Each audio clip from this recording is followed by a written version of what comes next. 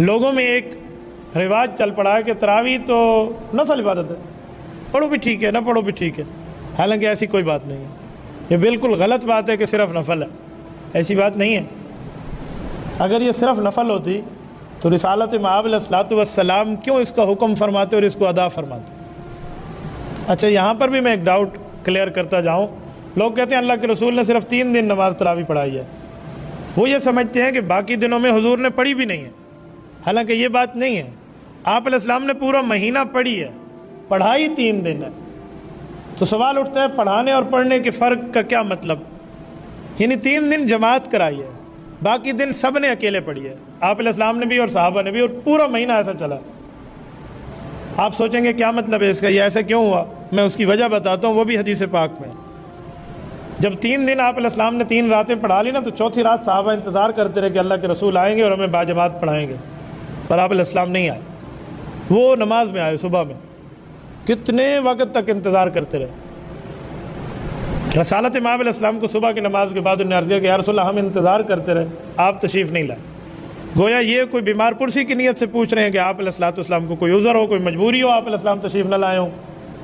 تو آپ علیہ السلام نے فرمایا مجھے بھی پتہ تھا کہ تم آئے ہوئے ہو، یعنی آوازیں میرے تک آ رہی تھی، کہا آپ کو معلوم تھا کہ صحت ہی سلامت ہے، کہ پھر آپ کیوں تشریف نہیں لائے؟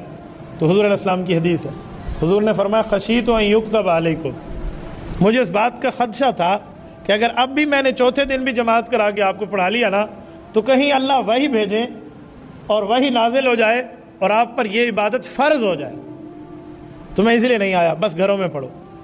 اب لوگ اس حدیث کو اٹھا کر کہتے ہیں کہ حضور پاک علیہ السلام نے تو 3 دن پڑھی۔ جی نہیں، حضور نے پورا مہینہ پڑھی، 3 دن صرف پڑھائی تاکہ فرض نہ ہو۔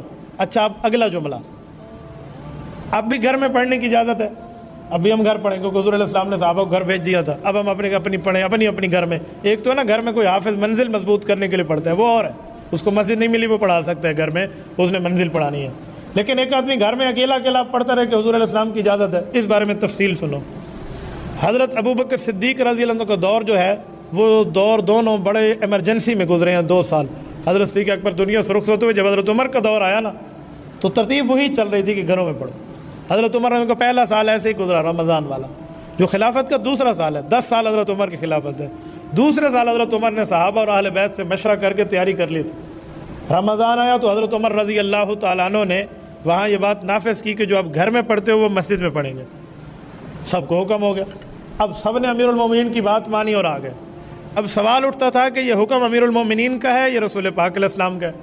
تو صحابہ کرام نے حضرت عمر سے پوچھا کہ حضور نے تو ہمیں گھروں میں پڑھنے کی اجازت دی ہے اور آپ ہمیں مسجد کا پابند فرما رہے ہیں، یہ سرکاری حکم ہے یا شرعی حکم ہے؟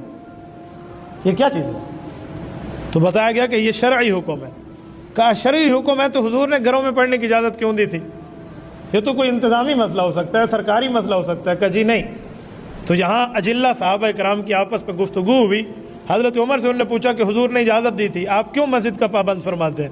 آپ بھی وہی اجازت قائم رکھیں کہ ہر بندہ اپنے گھر میں انفرادی طور پہ پڑھ لے۔ تو حضرت عمر رضی اللہ عنہ فرمانے لگے کہ جب حضور پاک اجازت دے رہے تھے تو میں بھی آپ کے ساتھ شامل تھا اس اجازت لینے والوں میں۔ کہا جی ہاں۔